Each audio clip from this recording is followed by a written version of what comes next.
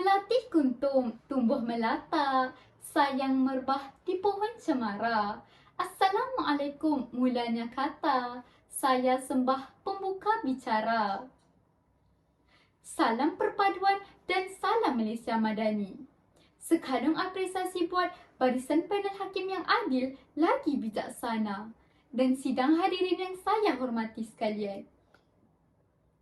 Pada hari yang berbahagia ini, izinkan saya menyampaikan sebuah pidato bertajuk Perpaduan Asas Kecemerlangan Negara. Negara kita, Malaysia, merupakan sebuah negara yang mempunyai rakyat pelbagai kaum, agama, kebudayaan serta mengamalkan cara hidup yang berbeza. Oleh itu, perpaduan negara merupakan matlamat yang amat penting dalam setiap dasar yang dilaksanakan oleh kerajaan, sama ada dalam bidang ekonomi, sosial maupun politik. Perpaduan amatlah penting dalam pembangunan dan pentadbiran negara kerana ia merupakan asas untuk mengekalkan dan mempertahankan kebebasannya sebagai sebuah negara yang merdeka dan berdaulat.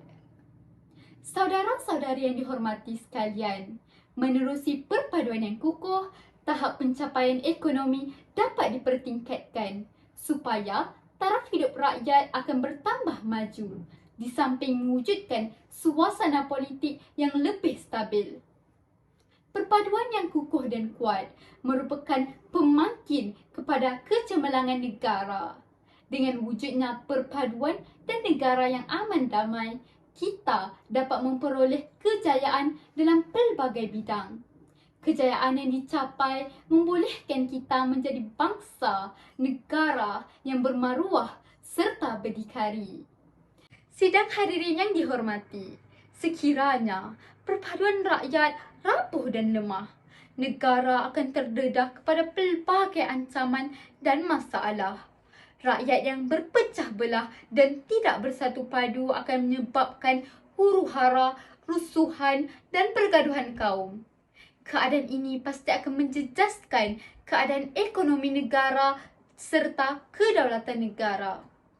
Kita harus belajar dari peristiwa rusuhan kaum yang pernah berlaku pada tanggal 13 Mei 1969 di negara kita agar pisang tidak berbuah dua kali. Perpaduan rakyat negara ini telah tergugat akibat peristiwa pahit tersebut. Sebagai langkah untuk menyatu padukan rakyat negara ini, kerajaan telah melancarkan Rukun Negara pada tanggal 31 Ogos 1970 pada ulang tahun ke-13 kemerdekaan negara. Prinsip-prinsip yang terkandung di dalam Rukun Negara merupakan kunci untuk memelihara serta mengekalkan keharmonian dan perpaduan kaum negara ini. Justeru itu, kita sebagai rakyat negara ini harus berusaha untuk membentuk satu bangsa yang bersatu padu, setia dan cinta akan negara. Para hadirin yang dikasihi, perpaduan asas kecemerlangan negara. Sebagai warga negara Malaysia yang tercinta, kita harus menjadikan perpaduan rakyat sebagai teras dan landasan hidup bermasyarakat di negara ini. Perpaduan negara ini adalah tanggungjawab kita bersama. Kecemerlangan dan kejayaan negara dapat menjadi kemegahan kita semua. Natijahnya, kita harus sentiasa hidup bersatu padu dan bertoleransi agar negara kekal harmoni dan berdaulat. Akhir kata, izinkan saya mengakhiri pidato saya dengan serangkap pantun. Harum mewangi bunga di para, disusun tinggi di alas bata.